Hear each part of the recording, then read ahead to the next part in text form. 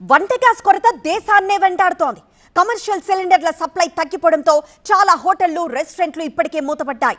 ఇప్పుడు ఈ కొరత వివాహాలు, శుభకార్యాలపై ప్రభావం చూపుతోంది. ప్రస్తుతం పెళ్లిళ్ల సీజన్ నడుస్తోంది. వివాహాలకు విందు భోజనాలు వడ్డించడం సాంప్రదాయంగా వస్తున్న ఆచారం. వివాహానికొచ్చి నూతన దంపతులను ఆశీర్వదించిన అనంతరం భోజనాలు చేసి వెళ్లడం కూడా భారతీయ సంస్కృతిలో భాగమే. అయితే ఇప్పుడు ఈ గ్యాస్ ట్రబుల్తో పెళ్లిళ్లు ఎలా జరుగుతాయన్న ఆందోళన వ్యక్తమవుతోంది. వివాహమైన, శుభకార్యమైన వేలాది మందికి పైగా అతిథులు వస్తారు. గతంలో అయితే ప్లేటుకు 800 రూపాయల నుంచి 1000 రూపాయల వరకు వెజిటేరియన్ భోజనం ఉండేది. కానీ నేడు దానిని మరింతగా పెంచేశారు. ఒక్కొక్క ప్లేట్ ధర 1500 రూపాయలకు పెంచినట్లు తెలుస్తోంది. మరొకవైపు గ్యాస్ కొరత వల్ల కట్టెలు, బొగ్గులతో వంటలు చేయించి వడ్డించేందుకు కొన్ని హోటల్స్ సిద్ధమవుతున్నాయి. దీంతో ప్లేట్ రేట్ అమాంతరం పెరిగిపోయింది.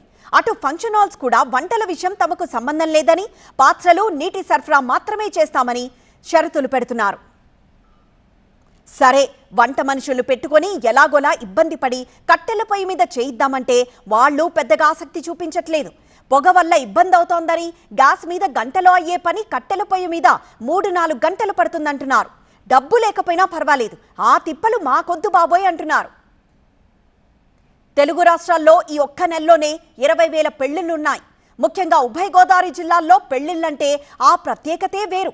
దీంతో ఏలూరు, తణుకు, భీమవరం, తాడేపల్లిగూడెం, భీమవరం, పాలకొల్లు, నర్సాపురం వాసులు పెళ్లిళ్లకు ఇబ్బందులు తలెత్తకుండా అధికారులను కలవాలని నిర్ణయించుకున్నారు. పందిళ్ళు, చప్పట్లు, తలంబ్రాలు ఇవి మాత్రమే కాదు, బంధుమిత్రుల హడావుడి మాత్రమే కాదు, ముఖ్యంగా విందు భోజనాలు. గోదావరి జిల్లాలో విందు భోజనాలు అంటే, అందులోనూ వివాహం జరిగేటప్పుడు భోజనాలు అంటే చాలా రకాల ఐటమ్స్ పెడతారు.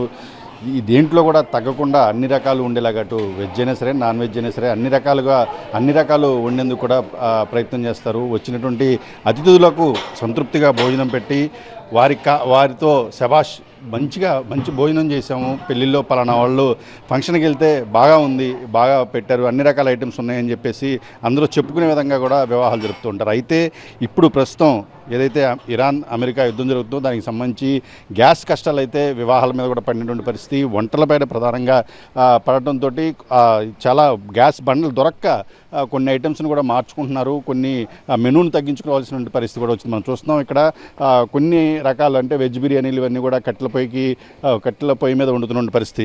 ఎలా అంటే మీకు ఇప్పుడు రోజుకి ఒక పెళ్లి జరిగితే ఎన్ని బండ్లు పడతాయండి గ్యాస్ బండ్లు? అయితే 8 బండ్లు పడతాయి సార్. ఈ 1000 మందికి వంట చేస్తే 8 బండ్లు పడతాయి. ఈ రోజు మేము 3 బండ్ల మీద చేసుకొని మిగతాదంతా పుల్లల మీద చేసుకోవాల్సిన అవసరం వచ్చింది. మేము క్యాటరింగ్ ఒప్పుకున్నాం, మరి తప్పదుగా చేయాల్సి వచ్చింది పుల్లల మీద. అంటే గ్యాస్ డీలర్ దగ్గరికి వెళ్ళి ఇలాగ పెళ్ళిళ్ళు ఉన్నాయి, మేము ముందు ఒప్పుకున్నాము అంటే మీరు డొమెస్టిక్ బండ్లు వాడతారా, లేకపోతే ఏ బండ్లు వాడతారు? డొమెస్టిక్ బండ్లే సార్ వాడేది, పెద్ద బండ్లే వాడతాం సార్, చిన్న బండ్లు వాడడం సార్. ఎందుకంటే ఈ కళ్యాణ మండపంలో పెద్ద బండ్లే వాడనిస్తారు. మాకు తప్పక మరి ఈరోజు చిన్న బండ్ల మీద తప్పక చేయాల్సి వచ్చింది. మిగతాది మొత్తం పుల్లల మీదే చేసుకుంటున్నాం సార్. అంటే ఎక్కువ ఆహార పదార్థాలు కూడా వండమని చెప్తారు. ముందే మీరు క్యాటరింగ్ ముందే ఫిక్స్ చేసుకున్నారు కాబట్టి చాలా మెనూ చెప్పుంటారు. ఇప్పుడు దానికి సరిపడా గ్యాస్ కానీ లేకపోతే ఏంటి పరిస్థితి?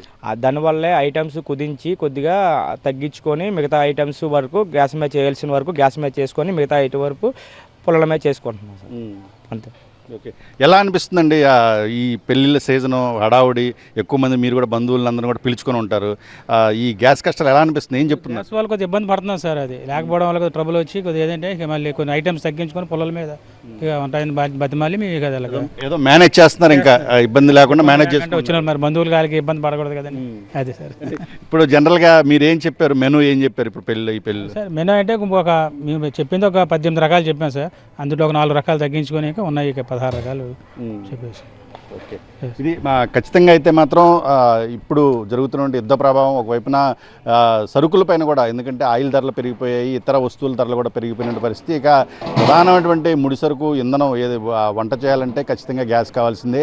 ఆ గ్యాస్ ఇబ్బందులు ఏర్పడటంతో అసలే ముహూర్తాలు ఎక్కువగా ఉన్నాయి. ఈ ముహూర్తాలు ఉన్న నేపథ్యంలో ఈ వచ్చేటటువంటి అతిథులకు, బంధువులకు మంచి విందు భోజనం ఏర్పాటు చేయాలనుకున్న వాళ్ళు కూడా కొన్ని ఐటమ్స్ని తగ్గించుకోవాల్సిన పరిస్థితే కనిపిస్తూ ఉంది. రవి, టీవీ 9 ఏలూరు నుంచి.